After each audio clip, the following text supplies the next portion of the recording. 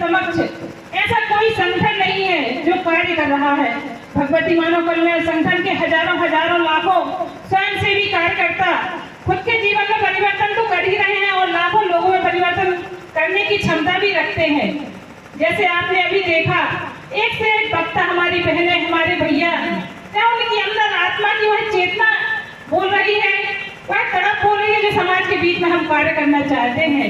यह वह चेतना अंश है एक ऋषि के, जो ऋषि ने समाज सुधार के लिए तैयार किए हैं। कोई साधारण नहीं है। गुरुवर जी ने कहा है, जो धर्म युद्ध मैंने रचा है उसके लिए देवता भी आकर इस युद्ध में अपनी अपनी आहुतियां देंगे। इसलिए मैं अपनी बहनों से कहना चाहती हूँ कि अपनी साधना को और अधिक से अधिक बढ़ा दो, अपने घरों में माँ की ध्वज जगा दो, अपने घर को मंदिर का स्वरूप दे दो। जब भी कोई चेतना जन्म ले तो सोचे कि हाँ, हमें इस परिवार में जन्म लेना है, हमें अपने घरों को मंदिर का स्वरूप दे देना है।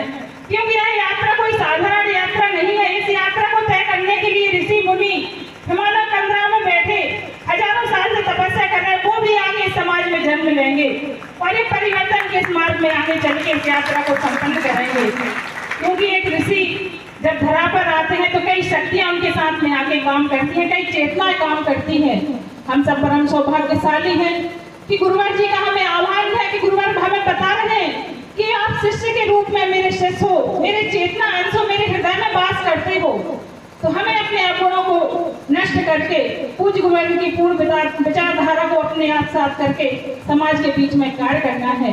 हमारे गुरुवर जी कहते हैं, धर्म धैर्य पुरुषार्थ इनको अपना आभूषण बना लो। और प्रकृति सत्ता ने यह आभूषण प्रत्येक मनुष्य को दिए हैं, लेकिन हम कोई मनुष्य ने धारण करता है, कोई नहीं करता।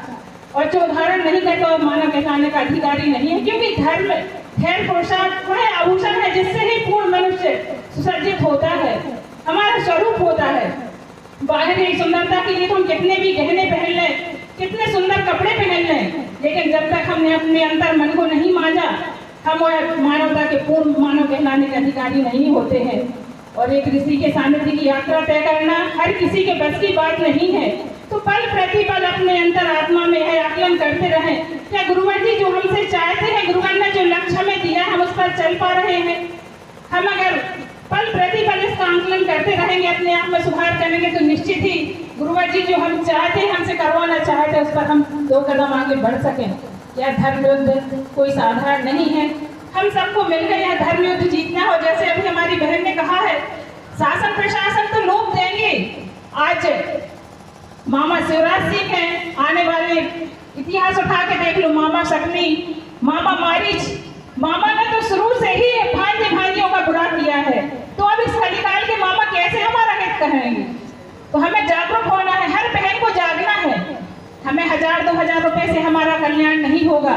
अगर वह करना ही चाहते हैं, अगर बहनों का कल्याण करना ही चाहते हैं, तो वह यह घोषणा क्यों नहीं करते कि मैं अपने देश को नशा मुक्त कर दूंगा, अपनी बहनों के परिवार को नशा मुक्त कर दूंगा। हर बहन को एक नशा मुक्त दमान मिल जाए, हर मामा को एक नशा मुक्त दमान मिल जाए।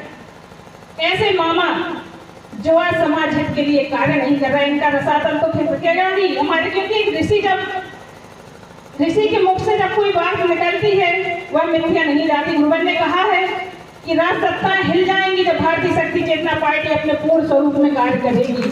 आज हजारों नहीं लाखों कार्यकर्ता भारतीय शक्ति चेतना पार्टी के पूर्ण निष्ठावान कर्मवान है। हमें पैसे की जरूरत नहीं है।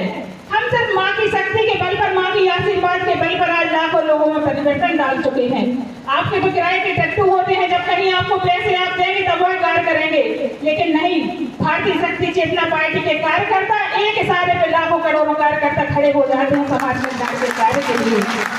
यह एक ऋषि की चेतना है। लोग चमत्कार के लिए नमस्कार करते हैं कि कहाँ चमत्कार हो रहा है, उसी को झुकते हैं, मानते हैं। अरे अगर आप चमत्कार देखना ही चाहते हैं तो गुरुवर जी के इस चमत्कार को देखिए, जो एक स्थान पर बैठकर करोड़ों लोगों में परिवर्तन डाल चुके हैं। गुरुवर जी की इच्छा मात्र से ही हजारों लाखों लोग खड़े हो जाते हैं समाज में कार्य करने के लिए। यही एक चमत्कार है। लोग अपने परिवार को नहीं सुधार सकते, आज गुरुवर ने लाखों करोड़ों परिवार सुधार दिए हैं। हम सब पूज्य गुरुवर जी की विचारधारा को लेकर समाज के बीच में कार्य कर सकें। गुरुवर के चरणों में यही निवेदन करूं। मैं अपनी बहनों से भी कहना चाहती हूँ कि आप कम नहीं है। नारी शक्ति वह एक शक्ति है। इतिहास उठा के देख लो, जब भी युद्ध महाभारत रामायण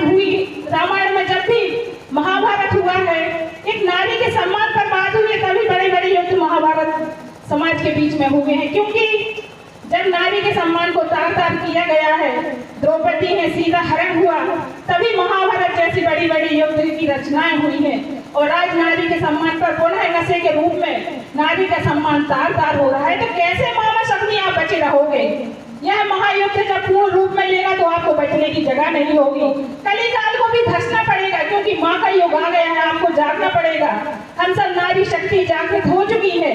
अपने अस्त्र शस्त्र में अपनी बहनों से कहना चाहती हूँ, अपने आत्मबल को कमजोर मत समझो, अपने आत्मबल को अपनी साधना को वह शस्त्र बना लो कि आप कमजोर नहीं है। नीति अधर्म कितना भी बड़ा क्यों ना हो, माँ की वह शक्ति है कि अगर आप डट के खड़ी होगी तो हजारों शराबी माफिया भी अगर आपके सामने खड़े होंगे तो आपका वह बाल वाका नहीं कर सकते, क्योंकि आपके ऊपर वह माँ की छत्र छाया है। ज्यादा कुछ ना कहते हुए आप सबसे यही निवेदन है कि जो आने वाली हमारी नवरात्रि है उसकी मैं आप सभी को शुभकामनाएं देती हूँ और अधिक से अधिक जन जागरण। वैसे तो हमारे लिए 365 दिन माँ की नवरात्रि के जैसे ही निकलते हैं, लेकिन नवरात्रि के महत्वपूर्ण क्षणों में एक एक पल एक एक क्षण हम माँ के चरणों में व्यतीत कर सके। अधिक से अधिक जन जागरण बढ़ा दो, माँ की हर घर में जोत जल सके, हम हर घर को नशा मुक्त करने में प्रयास रत रहे। यह माँ से कामना करूँ इन शब्दों के साथ। जय माता की जय।